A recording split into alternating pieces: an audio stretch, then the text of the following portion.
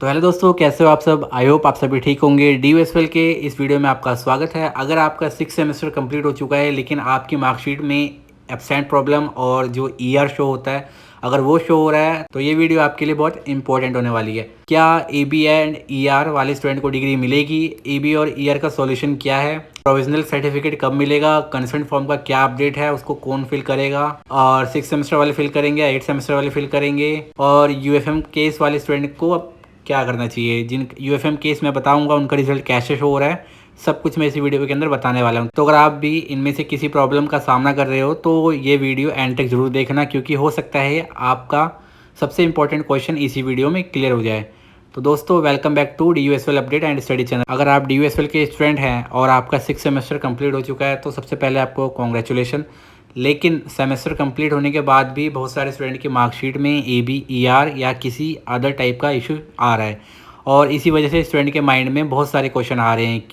तो डिग्री को लेके क्वेश्चन आ रहे हैं, डिग्री में कोई इम्पैक्ट पड़ेगा या दोबारा एग्ज़ाम देना पड़ेगा, हमें सर्टिफिकेट मिलेगा या नहीं मिलेगा, और जो भी केस बनता है UFM का, उसके बेस पर आपको डिग्री कैसे मिलेगी, क्या प्रोसीजर रहेगा, उसका सब कुछ क्लियर करने वाला हूँ इस वीडियो में मैं आपको। तो गाइस, अब बात कर लेते हैं जो आपका AB और ER इशू आ रहा है उसके ऊपर।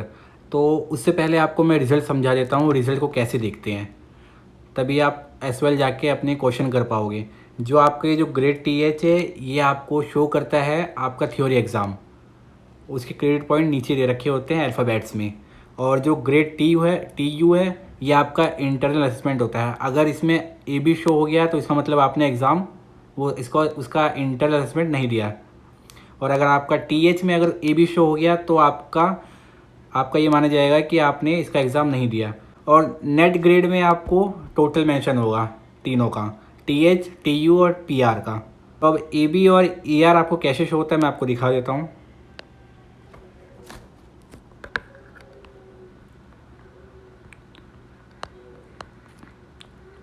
ये देखिए guys, basic IT tool 15 number पे है ये रो SEC। और यहाँ पे जो आपका ये TH दे रखा है, इसमें 2 पॉइंट दे रखे हैं।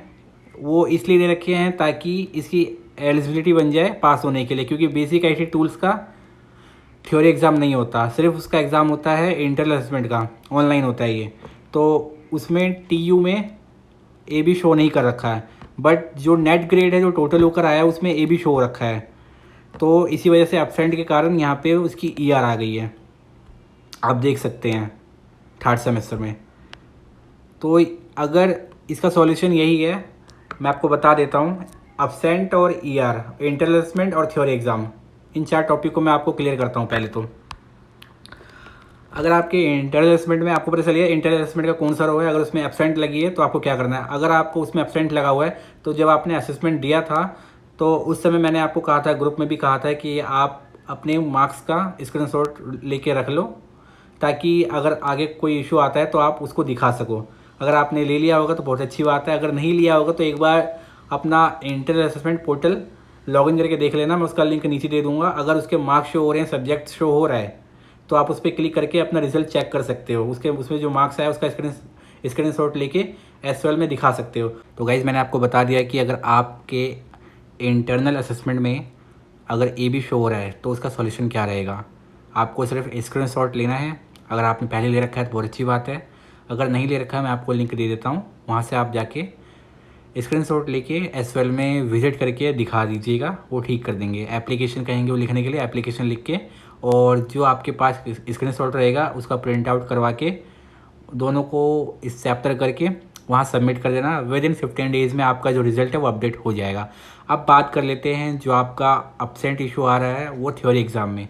थ्योरी एग्ज़ाम का जो एब्सेंट इशू का सॉल्यूशन यही रहेगा कि आपके पास जो एडमिट कार्ड रहेगा 6 सेमेस्टर का, उसमें जो आपका सेंटर अलॉट हुआ था उस सेंटर पे आपको विजिट करना है। जो कॉलेज उसमें लिखा होगा उस कॉलेज में आप विजिट कर लेना। और उस सेंटर में आपको विजिट करने के बाद आपको हो सकता है कि एक एप्लीकेशन लिखनी पड़े अटेंडेंस शीट के लिए। कोई कॉलेज अच्छे भी होते हैं जहाँ पे आपको एप्लीकेशन लिखने की ज़रूरत नहीं पड़ती है, तो वो डायरेक्ट आपको अटेंडेंस शीट दे देंगे। वो आपके पास एक प्रूफ हो जाएगा कि आपने हाँ एग्ज़ाम दिया था इस डेट पर और इस सब्जेक्ट का एग्ज़ाम दिया था।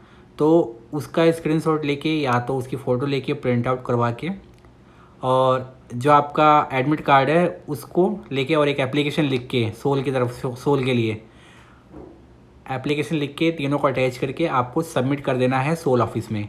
विद इन 15 डेज़ में आपका ये सॉल्यूशन ठीक हो जाएगा। जो आपकी AB शो हो रहा है उसको ठीक कर दिया जाएगा विद इन 15 डेज़ में, और अपडेट होकर रिजल्ट आपका आ जाएगा। अब बात कर लेते हैं जो आपकी ईयर आ रखी है। ईयर मतलब किसी भी थ्योरी एग्ज़ाम में या इंटरनल असेसमेंट में आपको F शो हो रहा हो। एफ शो मतलब आपके जो 40% नहीं बन पाए थे। 40% मतलब जैसे कि 100 में से आपके 40% मार्क्स चाहिए होते हैं। जो आपका इंटरनल असेसमेंट था 70 मार्क्स का होता है और उसका जो पासिंग मार्क्स रहता है 28। अगर आपके 22 आते हैं या 23 या 27 भी आते हैं तो आपको उसमें पास नहीं किया जाता, इसलिए वहाँ पे F शो होता है और नीचे आपकी ER शो हो जाती है। तो उसका सॉल्यूशन यही रहेगा कि आपको उसका री एग्ज़ाम देना होगा।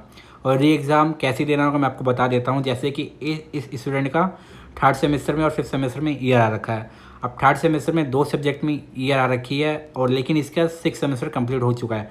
तो और इसको इस स्टूडेंट को सिर्फ 6th ईयर तक करना है, नेक्स्ट ईयर नहीं करना है 4th ईयर। तो इसका प्रोसीजर क्या रहेगा मैं आपको बता देता हूँ। रिजल्ट आने के बाद पहला प्रोसीजर यही रहता है कि आपको एक कंसेंट फॉर्म फिल करना पड़ता है कि आपको 3rd ईयर तक ही करना है या 4th ईयर भी आप करोगे। तो 3rd ईयर के बाद अगर इस स्टूडेंट को एग्ज़िट लेना है तो वो एग्ज़िट करके सबमिट कर देगा ताकि उसकी डिग्री के लिए वो एप्लीकेबल हो जाए।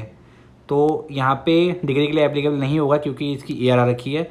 अब इसका सॉल्यूशन क्या है मैं आपको बता देता हूँ। कंसेंट फॉर्म फिल करने के बाद आपके पास सितंबर अक्टूबर में एक फॉर्म फिल करवाया जाएगा। फॉर्म होगा उसका नाम रहेगा कि मार्क्स इम्प्रूवमेंट सब्जेक्ट में, या तो इसको इजी फॉर्म में आप कह सकते हो कि ER का एक फॉर्म फिल करवाया जाएगा आपसे।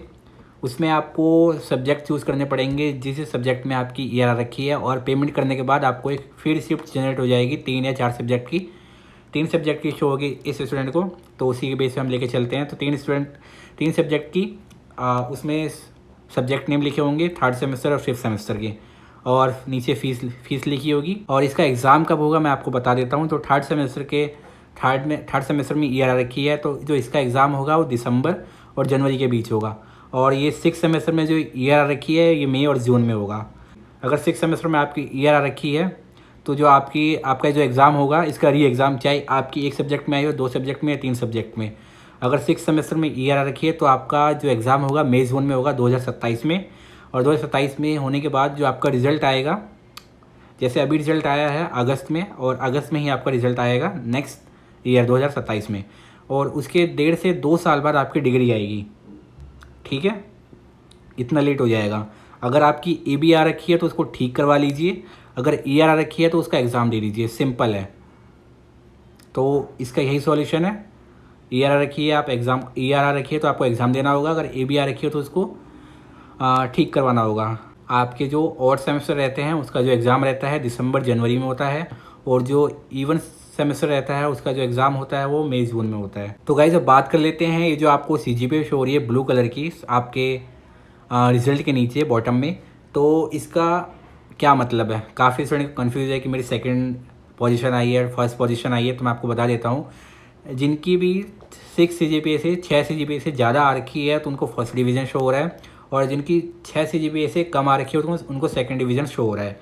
तो अगर आपको CGPA यहाँ शो हो रहा है तो आप ये मान के चलिए कि आपकी ग्रेजुएशन कंप्लीट हो चुकी है अगर आप 3rd ईयर करना चाहते हैं। ठीक है, DUSL जो कंसेंट फॉर्म अभी रिलीज़ करेगा, आपके तो रिज़ल्ट आ चुके हैं सभी कोर्सेज़ के 6 सेमेस्टर के, तो अभी आपको एक कंसेंट फॉर्म फिल करना पड़ेगा। इस वीक या तो नेक्स्ट वीक तक आपको कंसेंट फॉर्म कभी भी देखने को मिल सकता है। वो उसको आपको फिल करना मैंडेटरी है, इस बात का ध्यान रखना, नहीं तो आपकी डिग्री नहीं आ पाएगी। पिछली बार भी काफ़ी स्टूडेंट ने कंसेंट फॉर्म फिल नहीं किया था, इस कारण से उनकी जो डिग्री है वो 1 साल लेट हो गई है। तो मैं आपको पहले ही बता के चल रहा हूँ, ये कंसेंट फॉर्म फिल कर लेना। जिनको 4th ईयर करना है वो कंटिन्यू करके फॉर्म फिल करना, और जिनको 4th ईयर नहीं करना है 3rd ईयर करना वो एग्जिट करके फॉर्म फिल कर देना। ठीक है, तो इस बात का ध्यान रखना, आपको कंसेंट फॉर्म फिल करना मैंडेटरी है। तो गाइस अब बात कर लेते हैं अपने नेक्स्ट टॉपिक पर। काफ़ी स्टूडेंट को ये देखने को मिल रहा होगा रिजल्ट लेटर इफ़ नेसेसरी। तो ये जब अगर आपको शो हो रहा है तो आपको याद होगा कि आपने चीटिंग की थी। याद नहीं है तो आप याद करने की कोशिश कीजिए। ठीक है, आपने चीटिंग की थी इसलिए ऐसा शो हो रहा है। तो इस केस में यूएफएम का केस आपका बन चुका है, इसीलिए आपको ऐसा शो हो रहा है रिजल्ट। आपको क्या करना पड़ेगा, सोल ऑफिस विजिट कीजिए, वो आपको प्रोसीजर बताएंगे क्या करना है क्या नहीं। बाकी इसके ऊपर मैं एक सेपरेट वीडियो बनाऊंगा, उसमें आप देख लेना कि क्या प्रोसीजर रहेगा, क्या एप्लीकेशन फिल करना पड़ेगा, मेल आएगी, कितना टाइम लगेगा, सब कुछ एवरीथिंग उसमें मैं आपको बता दूंगा, ठीक है। और काफ़ी स्टूडेंट कह रहे हैं कि जो हमारा जो रिज़ल्ट है सब कुछ क्लियर है, एक भी ईआर नहीं आ रखी, तो लेकिन हमें सीजीपीए शो नहीं हो रही है। तो मैं आपको बता देता हूँ, ये हो सकता है कि सोल की तरफ से टेक्निकल इशू हो, टेक्निकल एरर हो। ये कुछ दिनों में ठीक हो जाएगी, आप 2 या 3 दिन बाद ट्राई कर लेना, रिजल्ट डाउनलोड कर लेना, आपकी शो होने लगेगी। बाकी जो आपका एब्सेंट इशू है और ईआर इशू है उसका मैंने आपको बता दिया है, वो 100% वर्किंग है, आप वैसे ही फॉलो करना जैसे मैंने आपको बताया है, और आपका जो एब्सेंट इशू है उसको ठीक कर दिया जाएगा। तो गाइस अब बात कर लेते हैं हम अपने नेक्स्ट टॉपिक पर, आपको जो डिग्री कब मिलेगी और प्रोविजनल सर्टिफिकेट कब मिलेगा। तो प्रोविजनल सर्टिफिकेट आपको जल्दी देखने को मिल जाएगा 15 से 20 दिन के अंदर, और ये आपको ऑनलाइन ही मिलेगा। इसकी वेबसाइट मैं आपको ग्रुप पे डाल दूंगा, वहाँ से आप डायरेक्ट डाउनलोड कर सकते हो। और जो आपकी जो डिग्री है वो आपको 1.5 से 2 साल में देखने को मिलेगी। जितने भी स्टूडेंट 6 सेमेस्टर के बाद कंसर्ट फॉर्म में एग्जिट कर देंगे उनको डिग्री मिल जाएगी 2 साल के अंदर अंदर, और ये आपको बाय पोस्ट घर भेज दी जाएगी। और अगर आपका एक और इशू आता है स्टूडेंट को, काफ़ी स्टूडेंट कहते हैं कि जो एड्रेस है हमने चेंज करवा लिया है, अपडेट करवा लिया है, तो अगर आप कहीं किसी और लोकेशन पर शिफ्ट हो गए हो और एड्रेस अपडेट नहीं है सोल में, तो उसको जाके अपडेट करवा लो, ताकि आपको डिग्री मिलने में कोई प्रॉब्लम ना हो। तो दोस्तों अब आपको समझ आ गया होगा कि जो 6 सेमेस्टर कंप्लीट होने के बाद भी मार्कशीट में ईआर एबी रिजल्ट क्यों आता है। तो देखो, टेंशन लेने की बिल्कुल ज़रूरत नहीं है, डीयू एसएल का ये कॉमन इशू है, ठीक है। हर बार ये प्रॉब्लम फेस करना ही पड़ता है। जितने भी बच्चों का यूएफएम केस बन रखा है और एबी दिखा रखा है, उनका रिजल्ट 15 से 20 दिन में अपडेट हो जाएगा, और उसका तुरंत बाद आपको प्रोविजनल सर्टिफिकेट और डिग्री मिल जाएगी। और यूएफएम का केस जो इसका बन रखा है वो एक बार सोल ऑफिस विजिट कर ले, वो आप पूरा प्रोसीजर वो बता देंगे। बाकी मैं वीडियो आपको एक बना के दे दूँगा कि क्या करना है क्या नहीं। मैंने सारे प्रोसेस इस वीडियो में 100% क्लियर कर दिया है। अगर अभी भी आपका कोई डाउट ईआर का या एबी का, कोई यूएफएम का कोई, तो नीचे कमेंट कर देना, मैं पर्सनली रिप्लाई दे दूंगा आपको। और ऐसे ही डीयू की हर अपडेट के लिए चैनल को सब्सक्राइब करके बेल आइकन को प्रेस कर देना, ताकि कोई भी वीडियो मिस ना हो। मिलते हैं नेक्स्ट वीडियो में। जय हिंद।